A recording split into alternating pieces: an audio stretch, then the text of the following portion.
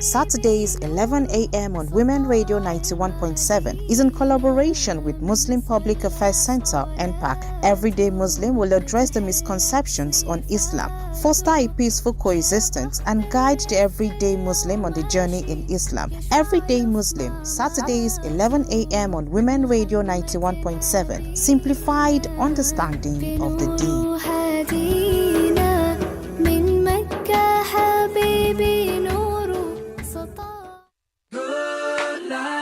Good life. Allah, I wanna thank you for the good life.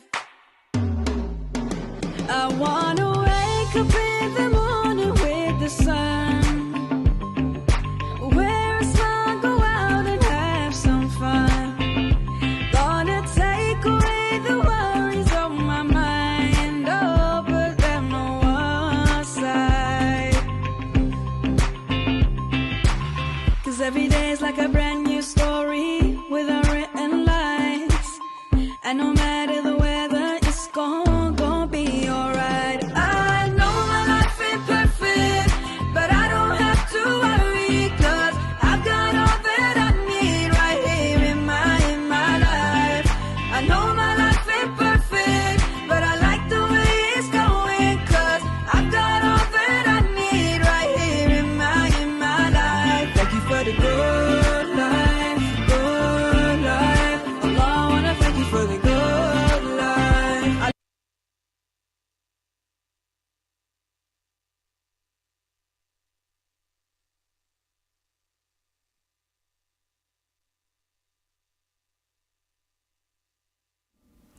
Alhamdulillah Rabbil Alamin. It is a good life anytime we're here on Everyday Muslim live on WFM 91.7. It is a good day, and I assure you, let us bless you with what we have cooked on Everyday Muslim for you. This is where you call your family and friends, foes, colleagues, enemies, frenemies, name it. Especially your in-laws. You want them to tune in to this episode because of what we have cooked. Inshallah ta'ala, we're going to be breaking the silent stigma of infertility in Muslim homes. I have my guest joining us virtually. She's ready to smash this. We're going to be... I think I won't say put down the elephant in the room is the way I'd like to put it. Dr. Halima Olalere, MBBS Ibadan, FMCOG, FMAS, DMAS, New Delhi, PGD Sexual and Reproductive Medicine, South Wales, MSc Sexual and Reproduction Medicine, South Wales, FICS, PhD in View, Certified Mediator. Dr. Olalere is a senior lecturer and honorary consultant obstetrician and gynecologist with the Lagos State University College of Medicine, Lagos State University Teaching Hospital here in Lagos State. As part of her corporate social responsibility, she served as a fertility specialist to the Institute of Fertility Medicine in Lassuth, a public-private partnership initiative between Bridge Clinic and Lassuth. She's also a visiting consultant at Vedic Life Center in Lagos, Lekki, Lagos. She had several specialist trainings in operative hysteroscopy, minimal access surgery, and assisted reproductive technology, among others. She is a certified mediator on alternative dispute resolution, trained at the Lagos State Multi-Door Courthouse in Igboshiri, Lagos, something I would really love to do as well. Dr. Halima is also a co-director of Madaniya Women's Specialist Hospital, Lagos, which at that hospital, they see to reproductive health needs of their clients, a predominantly female-only, their female-friendly environment. She's a chief medical director of Triple H Fertility Hub and a specialist hospital located in Ibadan. She is happily married to Dr. Ishaq Olalere with children. So this is me welcoming you again to Everyday Muslim. On this program, we'll try to talk about real issues that affect Muslims in today's world through the lens of faith, compassion, and of course, understanding. Today, like I did say we're going to lay to rest the elephant in the room. But I think that's not really what we'll be able to do because time won't permit us to, put a dagger to the heart of this elephant in the room. But I think what we can try to do is to break that culture of silence that weighs heavily in many Muslim homes, the silence around infertility. For couples who face this test, the pain is more than physical or emotional. It's often spiritual, and sadly, it's worsened by societal pressure. So for those of you that are just tuning in, make sure to call everyone on your contact list to tune in because we need to clear this once and for all. There's a lot of insensitive remarks, a lot of misconceptions about what Islam actually teaches, and inshallah ta'ala, we will be looking at that. So today, Dr. Halima, we're going to be looking at that stigma, replacing it with empathy. Judgment, let's replace that with understanding. The despair that these families face, let's help them get them rooted more in faith so they can handle it better. Dr. Halima, let's begin from the foundation. When we talk about infertility, what exactly do we mean medically, and what are the common causes and some of the big misconceptions that you've encountered in your field, especially in our communities? Talk to us.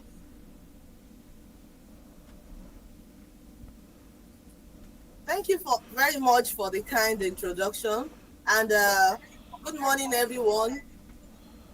Morning. Jazakumullah khairan. It's truly a pleasure to be here today to talk about the topic that affects many couples, yet it's often surrounded by silence, stigma, and misunderstandings. Infertility is not just a medical condition, it's an emotional and social challenges that touch its families and communities.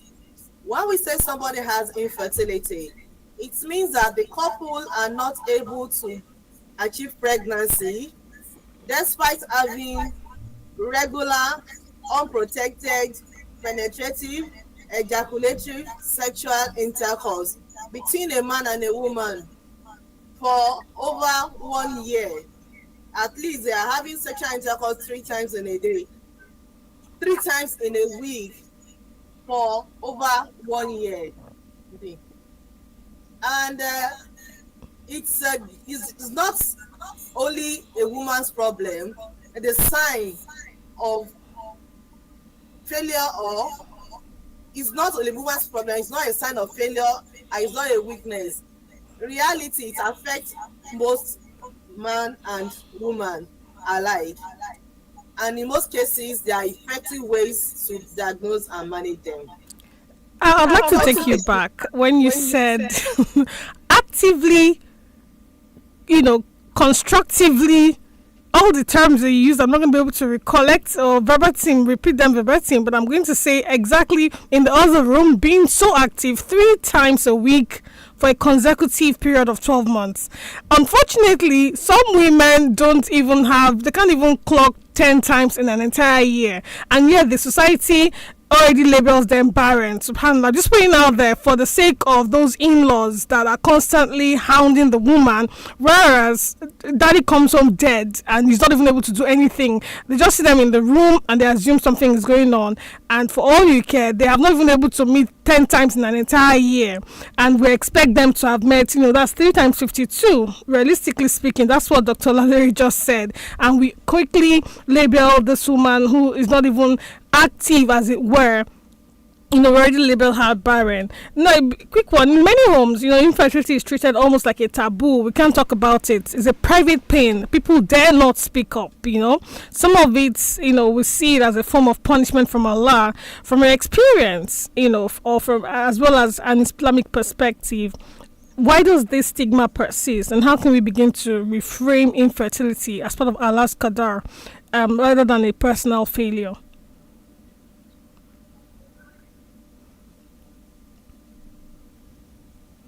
Infertility is not a personal failure. As a Muslim, Allah has promised that we are going to be tested. Yeah. and the test is not specific to a particular person. Okay. In one of the verses of the Holy Quran, it said that it's going to be test you with loss of property, we're going to test you with food, we are going to test you with loss of loved ones. But give glad tidings to people that when anything befall them, they say, from Allah we come And and so unto he was Allah our we return. return. So infertility is one of the trial. Okay. And some people, it may just be a means of getting closer to your creator. Okay. Some women believe that their existence is tied to the fruit of to their womb. Okay. And in some women, when Allah does not answer them on time, it has, and that's denial. Delay is not a denial. It has a purpose for making it come late at that particular period in time.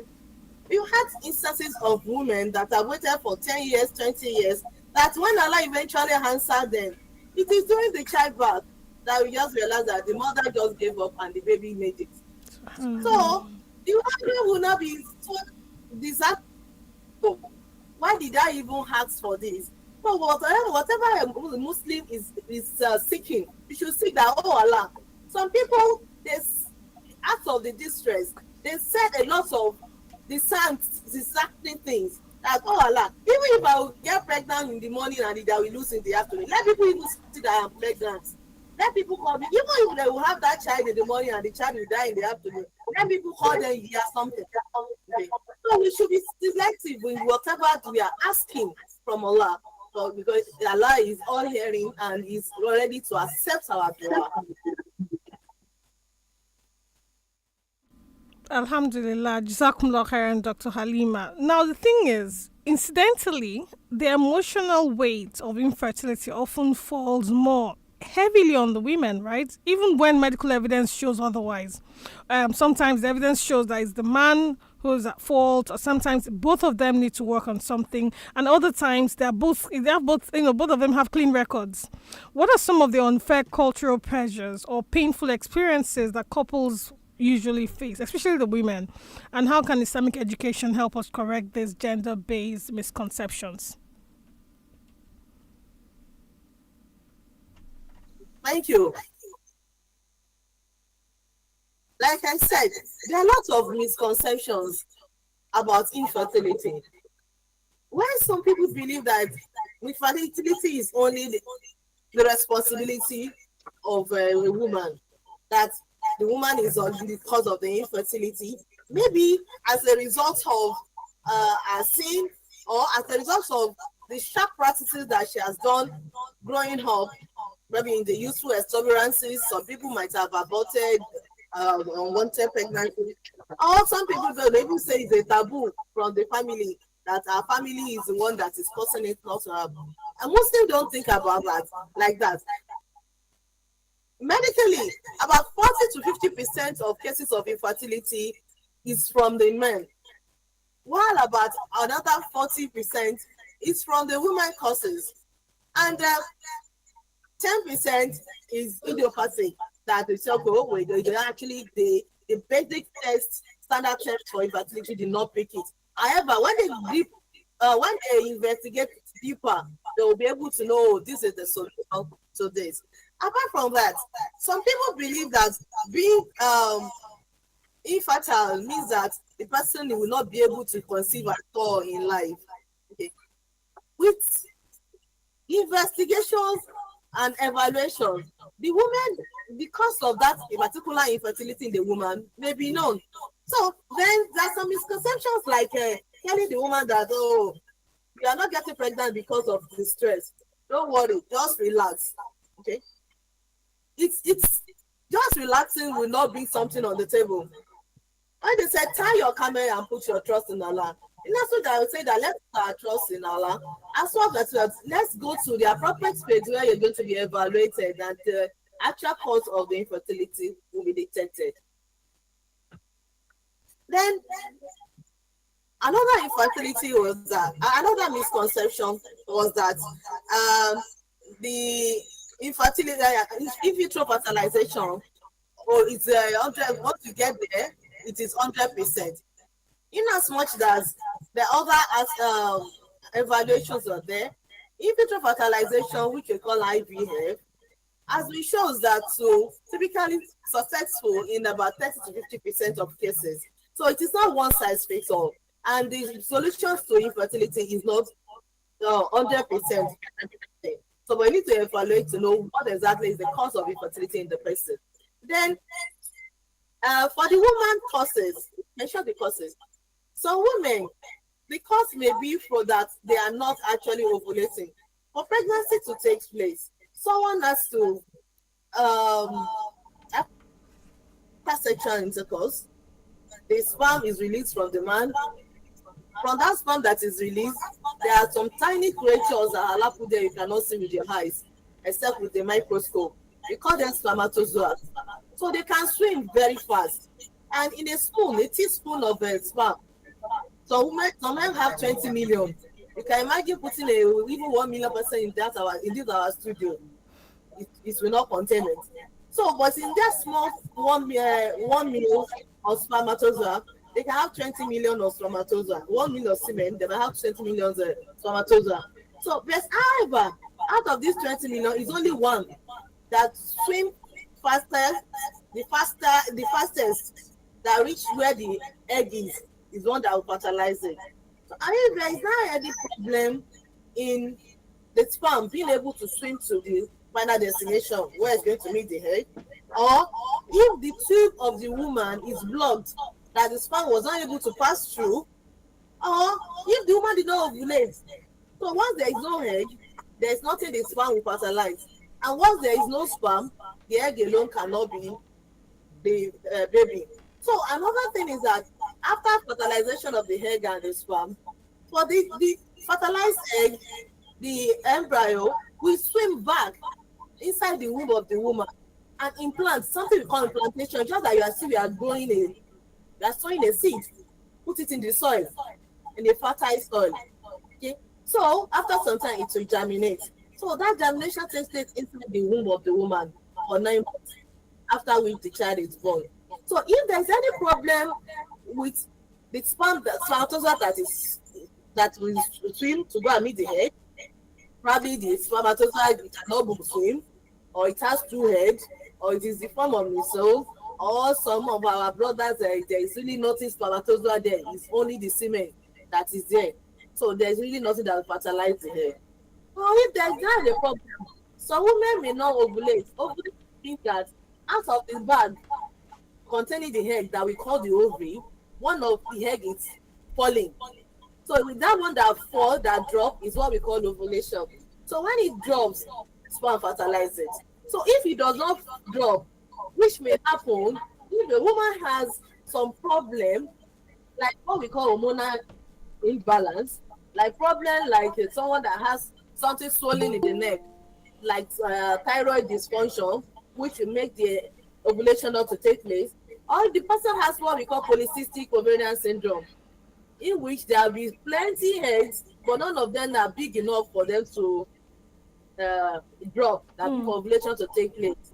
Okay, so if any of these things happen, the woman may not ovulate, and if there's ovulation, there is nothing that the sperm will fertilize.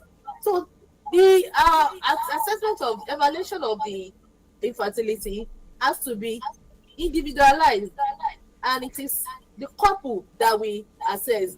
And the assessment is not blaming anybody, any partner. So we want the two of them to be available so that we'll be able to know where the issue is and we'll resolve it.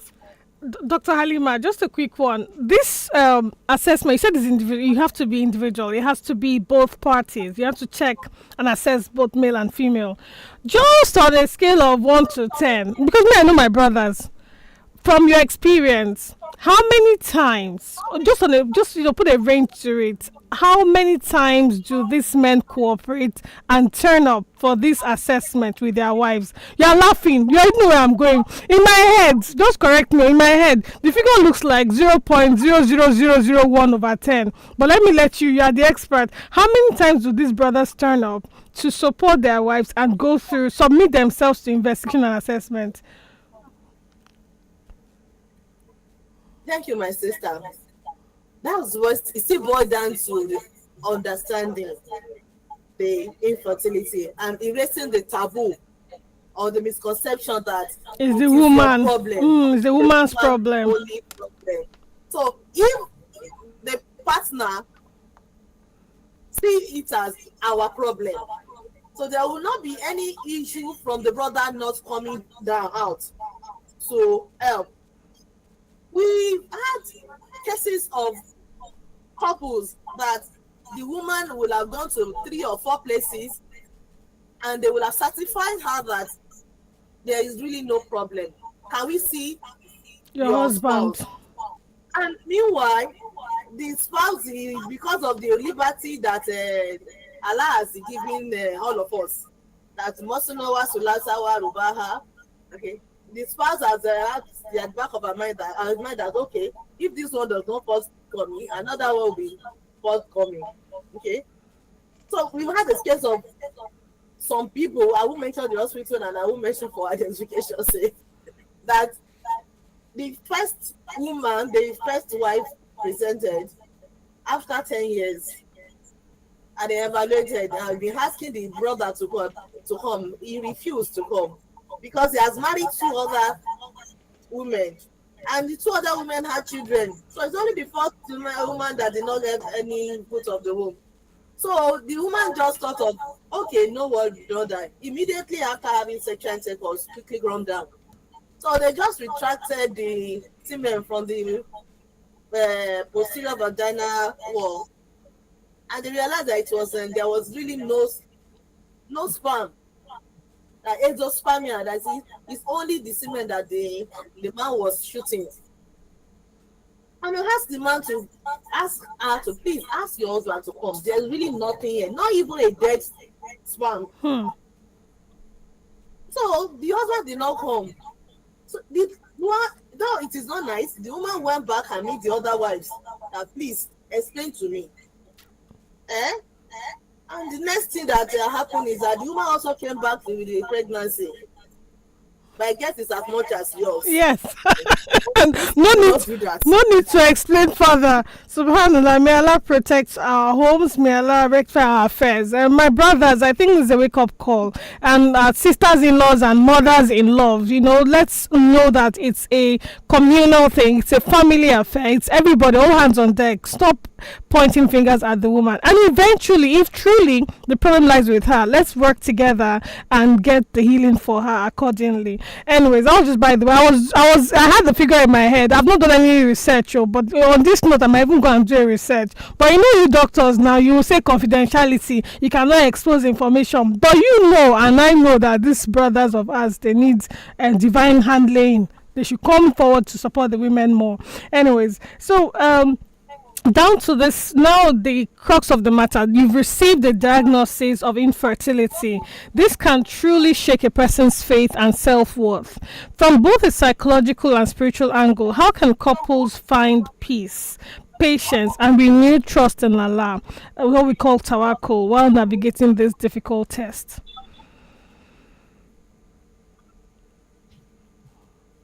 Thank you. Alhamdulillah.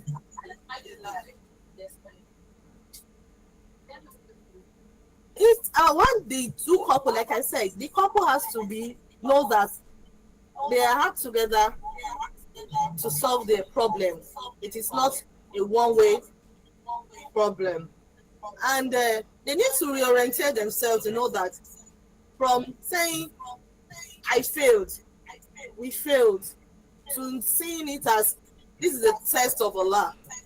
They need to reframe their mindset as this is a trial, and that means Allah wants us to draw closer to Him and not away. They need to see that every effort that they are making to seek help as ibadah, every injection they are taking, every drug they are taking, they should see it as ibadah.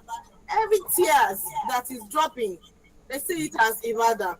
This is not the time to see that is Allah's rejection. They should see that Allah's invitation to deeper trust in Him. That it's a test, Allah has tested people that are before us. We have the issue of Zachariah, the age at which Allah blessed him with sons. We know the story of Hajara. We know the time Allah eventually blessed Ibrahim with son. So we should be each other's keeper, and whatever the investigation, whatever the evaluation that is required, we shouldn't see a woman as you are my box of problems. You are the ATM that is drawing what the money my leaking us. I'm just wasting money on you. So no, we should see that it is the money we are spending, that Allah should make the money fruitful. Yeah. So it is the couple's issue, and also community too also needs to play a role in it. There are times that we, the friends, the family, that we cause a lot of issue for the woman. We feel that we are concerned, and these are concerned. It's more giving. It's just as if you are rubbing a wound with a sharp object.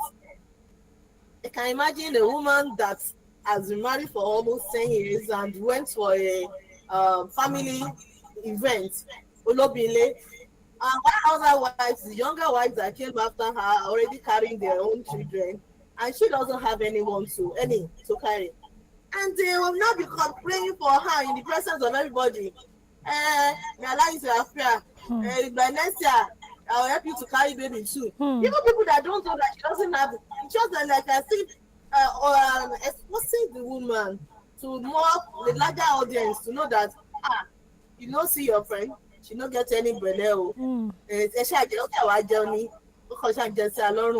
I'll just say pray that okay, how about Joe? Something that will make the woman feel more pain than your own intention. She doesn't know your intention, but it's Allah that knows your intention. But whatever we do, should be sensitive when we are around the people that are prospective mothers. Jazakumullah khairan for putting that out there. I think I'll re-echo the last sentence. Let's be empathetic towards these expectant families. Let's stop putting pressure.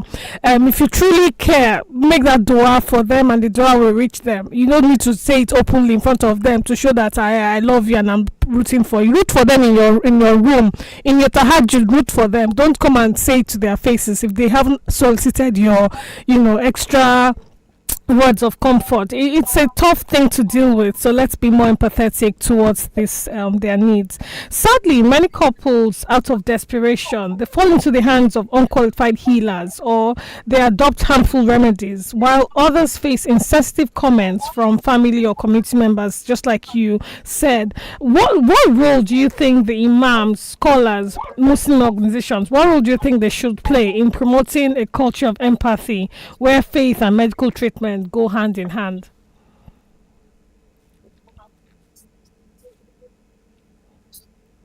Yeah, for our scholars, there are a lot of prophetic evaluations of infertility, which our scholars are actually doing. Okay. However, we need to work hand in hand with the hospital. Okay. We should not discourage our brothers and sisters from evaluating with the hospital too. Okay. And if the scholars that doesn't know more about a particular evaluation should please refer to another person that knows more about it. Why I'm really saying this is there is something they call camel's urine or camel's milk. Okay, it says it's one of the prophetic medicine. Okay, in my practice, I've seen a lot of brothers coming down with azoospermia and nothing at all. And when I put on some investigations or research, what I get to know is that they've taken camel's urine, they've taken camel's milk. I'm not seeing this among the Christian patients, because infertility does not have a religion, it does not have a tribe, it does not. It happens to everybody. It does not happen to only the rich or only the poor. It happens to everybody. But my brothers are the one that comes down with azoospermia, and when you try to explore, you realize that they're picking camels. They say, no, it's prophetic starvation. Prophetic starvation is perfect, but you can't use camel's milk or camel's urine as been shown to be used for a fast growing tumor, and it works for it. Okay, so when you use something like for a fast growing tumor in the name of I'm looking for infertility, for the male aspect of reproductive aspect, a man has a scrotum. The scrotum is the one that is hanging lower down in between the legs of the man. Allah has so much preserve it there because he doesn't want it that is generated in the body to affect it. So many things can affect the scrotum. One of it is heat. Like some of my brothers using the laptop, putting on their lap, putting the phone on their pocket, smoking, or doing some odd sharp practices can affect the scrotum, and at the end of the day affects the sperm count. Then camel's milk or camel's urine is and the spermatozoa is a fast growing structures. Those spermatozoa that are inside the testicles, they are growing fast. Within 3 months, some that have developed, those ones will die off, another ones will grow. So if we now use camel's urine, that's going to affect the source of production, that's affect the fast growing structures, that is supposed to treat something like cancer, we use it for infertility. So not a lot of brothers come down with azoospermia, that there is no structures there at all. So if in as much as it's good for us to use prophetic medicine is perfect, but someone has to use it in the hands of people that actually know. Just like saying that we are going to see the doctor that's not qualified to treat infertility, it's the same thing as going to see the scholars that doesn't know what is the nitty-gritty of prophetic medicine about. So the rights are fair. I mean, so you've made the clarity that you've made, the clarification that you've made, so people don't quote you out of context. There is nothing wrong with prophetic medicine. It is the application. Use the right, medicine for the right diagnosis. Subhanallah. So a certain medicine, in this case, camel urine and milk, meant to treat cancer or tumors, while using it indiscriminately to treat infertility issues. So let's stop self-medicating. And if you must approach those that practice prophetic medicine, be sure to do yourself a favor and make sure that it's from an informed position. Go to those that are renowned, tested and trusted for it. Make sure that you're also armed with medical examination. So submit yourself to proper assessments and medication and diagnosis. Get the right diagnosis before you go for the medication. Jazakumullah khairan, Dr. Halima. Now, you mentioned IVF in your opening remarks. You did talk about IVF, so this is where we get to explore it a bit more in more detail. Some couples consider assisted reproductive methods like the IVF you mentioned, while others explore adoption or fostering. From your perspective as both a doctor and a Muslim, what should they keep in mind to make choices that are both ethically sound and Islamically guided? So assisted reproductive techniques, there are different forms of assisted reproductive techniques. But what it entails is all form of reproductive techniques that involves collecting the sperm, collecting the egg of the woman, fertilizing it outside the womb. When the embryo develops, maybe the 3 or the 5 after fertilization, transferring it back into the woman's womb. Okay. So the assisted, in the context of Islam, assisted reproductive, it is not forbidden in Islam. However, there are some clauses into it.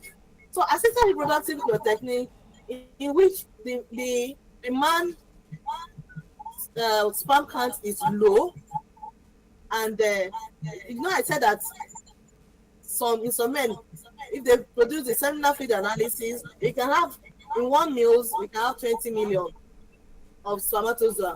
In some way, we can have up to 250 million in 1 ml. However, in some way, we can have less than 5 million in 1 ml. So this million we are saying, is not all of them that are active. In some way, you can have about 90% of these 20 million are dead. Whereas in some, you may have up to 50% of these 20 million that are abnormal forms. But in some, you can have that about 50% of it are not moving. So you have million. As at by the time that they will swim to where the ovulation takes place, it may just be maybe 5 or 15 out of the million. I'll be able to swim down to that place. Okay. So when we have people that have 20 million and there is no pregnancy, by the time it's less than 5 million, you advise them that, oh, this is what they call oligospermia. And some people, when you have 90% of this 20 million is dead because necrospermia, the dead sperms. In some people, when you have less than 4% moving, as the astenospermia, that they are not moving at all. So some people have all these attributes together: oligo, astenozo, teratosospermia. So in that kind of situation, we just advise them that please try to go for IVF as a male factor. And in some people, they don't use that at all. But in those that did not see the semen at all, there's something we call testicular aspiration. That they're going to use is need to go and aspirate the testes from the epididymis, right from that scrotum. And when they aspirate, they'll be able to find the semen there. So in that kind of mean that nothing is even coming as when they shoot the blood. They're shooting. So they can aspirate there and use it to fertilize the egg from the wife. So by so doing, to enhance the fertility. Then in some women, that's no matter what they do, like I said, there's some people that have polycystic ovary. Some women have an ovulation, they are not just ovulating. So that kind of women, if they give them some medications, what the IVF does is that they're going to give them some injections for 10 to 14 days. And while they're giving them that injections, they are doing the scan to assess the response to those injections. So after taking that injections and the woman responded and the follicles are growing, the eggs are growing, okay, then when it's good at a particular size, because say one is more than 18 mm, if you have more than 3 follicles that are greater than 18 mm, so we take them to the theater to go and aspirate. We cannot see the head inside, you can only see the follicle growing. So when we aspirate that fluid, we give it to the embryologist and go to check it under the microscope and see whether it's a mature head that is actually formed there. In some cases, there has been a situation that we've seen empty follicle syndrome, that we saw plenty follicles and we drain all of it and there's no single egg in it. And an average, 20% of the follicles may not have anything inside it. So when we aspirate and they even, apart from not having anything inside it, some may even have immature eggs inside. After draining all clear, what you find is immature eggs. But when you eventually find mature eggs, so those mature eggs are the ones that are injected by the process we call ICSI, intracytoplasmic sperm injections. So after injecting it, to put it in the incubator, and hopefully I'm praying that it's fertilized. You've injected the sperm before and the thing did not fertilize after 24 hours. So when eventually fertilized, so we'll be checking it every day. By third day, some centers, they do the transfer into the endometrium of the woman. And why some facility center will wait till day 5 when the blastocyst will has been formed before they transfer back into the womb of the woman. So in Islam, there are different school of thought as regards what are the form of IVF that is prohibited. Okay. why some will plan at egg donation totally. Okay, some will still say that egg donation is not, I mean, egg third party IVF, in which the woman that does not have the egg at all, okay, is given another person's egg and fertilized with the husband's sperm and transferred How to womb? her to her womb. So why it is divided among the scholars? Some will say provided it is the husband that holds the wife that holds the egg, and the wife that is taking the egg, okay, is the husband that holds the that marry the two of them. It is acceptable. While also will say that it's outrightly as not acceptable. However, the one that is frank, that doesn't have any divided opinion, is the sperm donation. That's no to IVF with sperm donation. So Allah the Ustaz knows, Allah knows the best. But our form of assisted, third party assisted reproductions has issues in Islam, so which the scholars will be able to shed more light on. Yeah, we spoke about fostering, and so when you're advising during your counseling sessions, and you're giving them options, and you're saying there's an option of fostering, adopting, and all of that. So just touch a bit about the fostering bit. Okay, fostering is not against Islam. There are lots of foster mothers. I thought of fostering. I think we have one of our sisters that has a facility where they encourage people to come and adopt children for fostering. Okay, it's a form of helping others who does not have the father figure or mother figure, for them to be able to achieve their potentials in life, and it's a form of sadaqah. Okay, and the wives we look for the fruit of the womb also. It's also to get the happiness. Like I tell people that you can pick your happiness from making other people's happy. Okay, and it's not necessarily that you are making people happy by expecting a return from it. So fostering is something that is acceptable. And then also for adoption, well, adoption, I think the scholars can talk about it. I don't think there's anything against adoption, but I think what they're saying about adoption is that don't obscure the Lineage. the don't obscure the lineage. Islam does not say you should not adopt, but don't call them your own child. Your name. Don't give your name to them. Don't give your name to them. You can adopt and the child grow up with you, but don't give your name to them. Yeah. Alhamdulillah. The scholars will be able to shed more light to that. Indeed. Jazakumullah khairan. So talking about this, you're saying IVF. You were saying the word IV and F. Me, I was reading million as you were talking.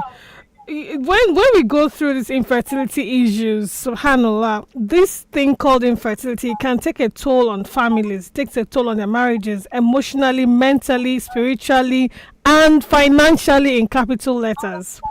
What coping strategies, faith practices, or marital approaches can help couples stay united and compassionate towards each other through this trial? I'm glad you mentioned earlier, because there are some men that actually think this woman is just a leaking basket. She's golfing all the money, all the general resources from this family through this infertility issue. How can we cope better with each other? How can couples be more empathetic towards each other, even when we've identified the source of the infertility, but not, honing in on it and making it the cause of our problem in this house? How can we do better with ourselves?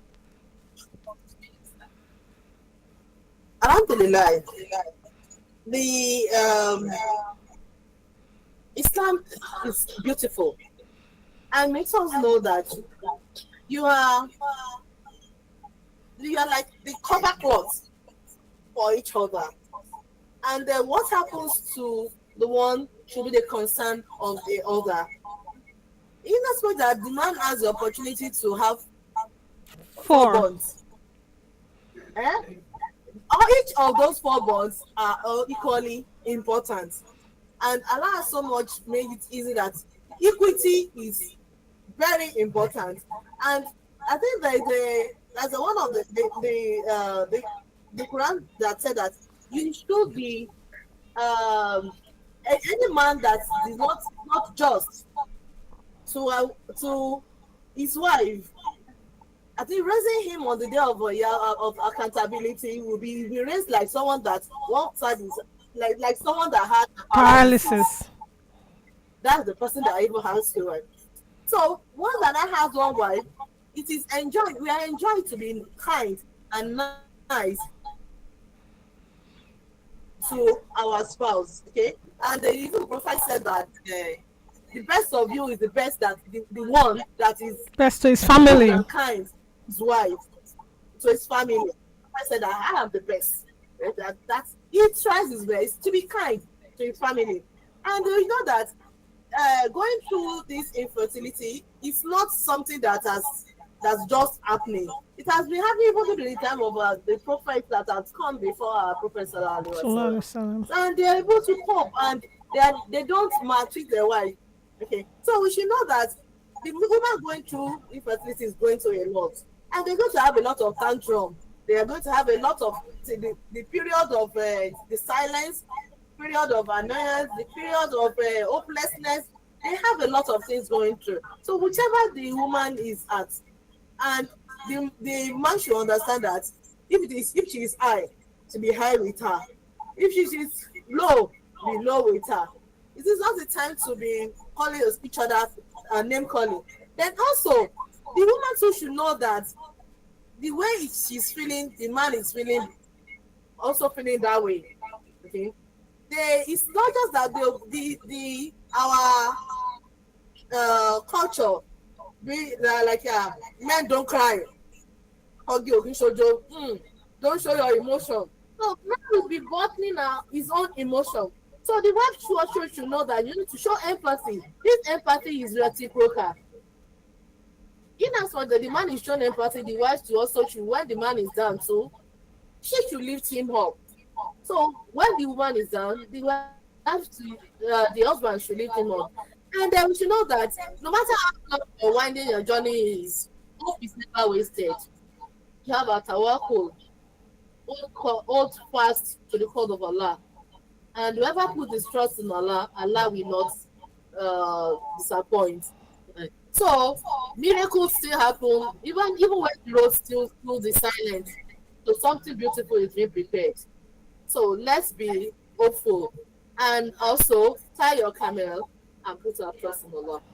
Indeed, for those listening right now, and they are either on this journey, walking this path right now, going through this infertility that we've been talking about themselves, or they are supporting a loved one who is, what message of hope or empathy and faith would you leave with them today?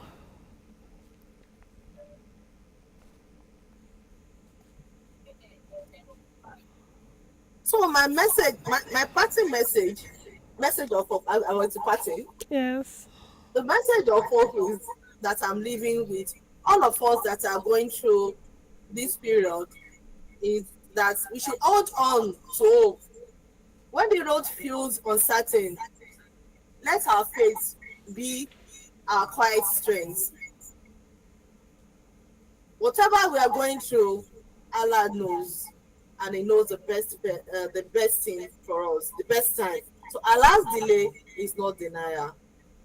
Just before you go, Dr. Halima, personally share a story of, you're not mentioning names, but a hopeful story so that someone can relate with it, that it was not fruitless. So, for example, maybe you have a certain client that had been with you for X number of years and you've worked with the person and eventually Allah, showed mercy and they eventually got the fruit of the womb. If you share such stories, those that are going through it they have renewed hope somewhat. If you could please do that for us. Okay, let me share 3.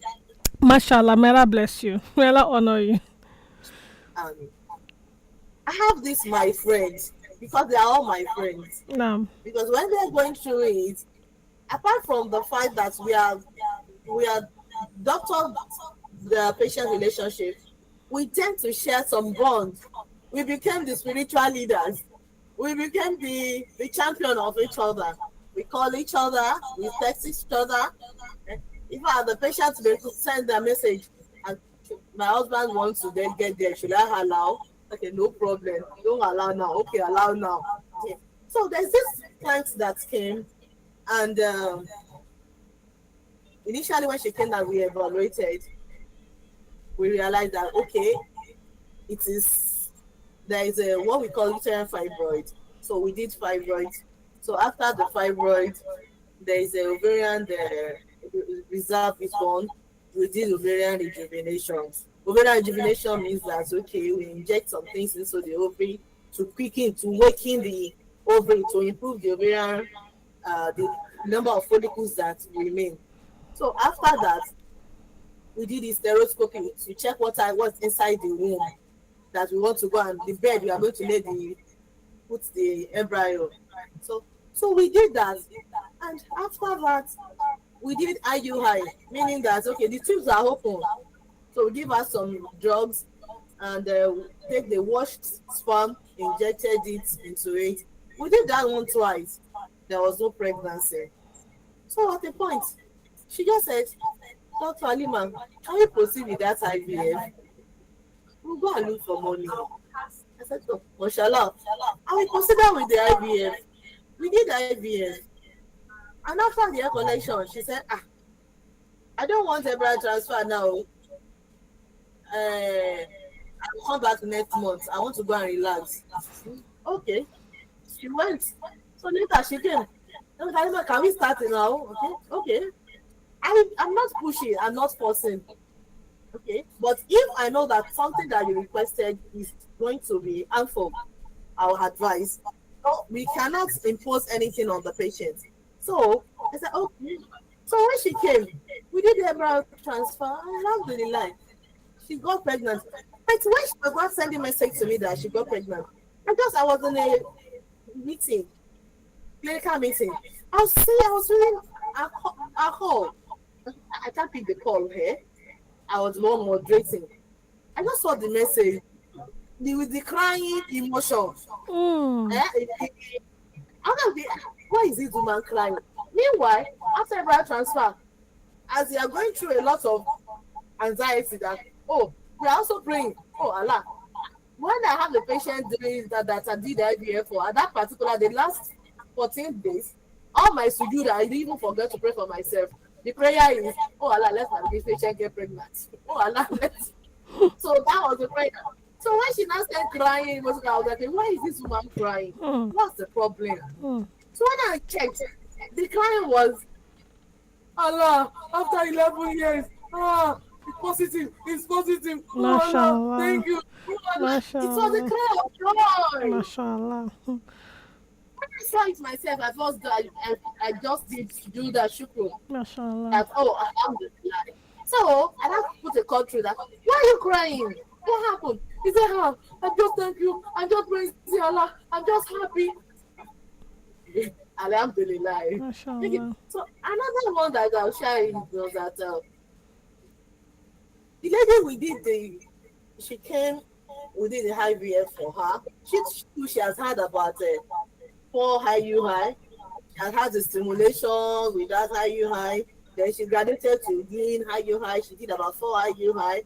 So everything is still, when you are doing those procedures and when it's time for you to do pregnancy test, the hope are high.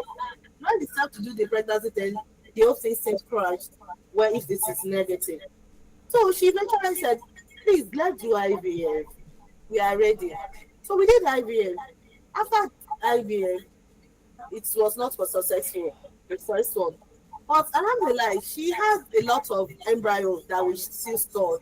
So, okay. She said, doctor, if it is money, if I have money, even if it is new to you, you need to call more experts. Call them. I have money.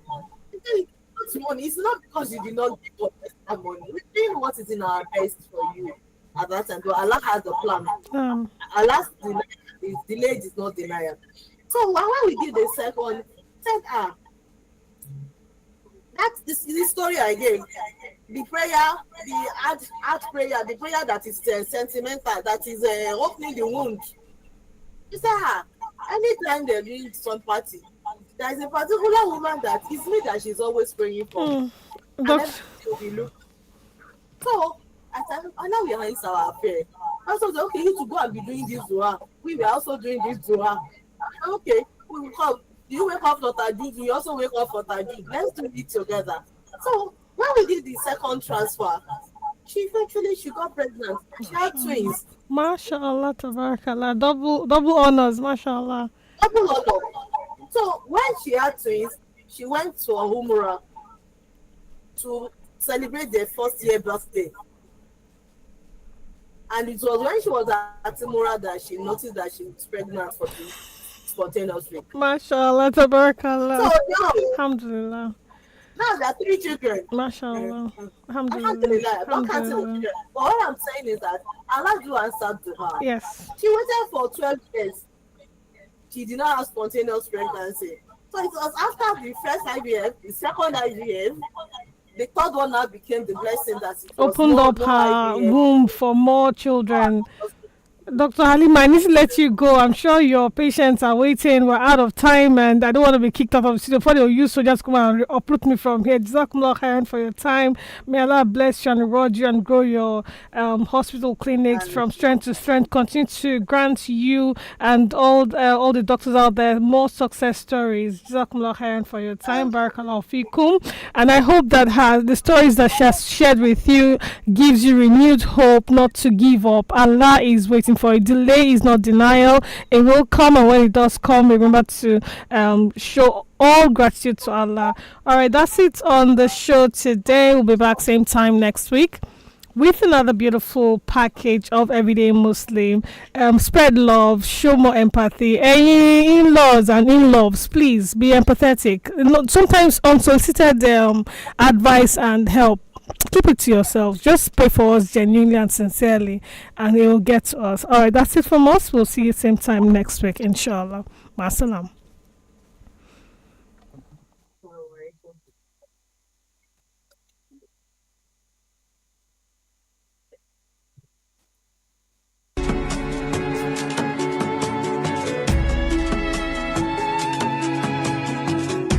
I know how it feels to lose everything, oh.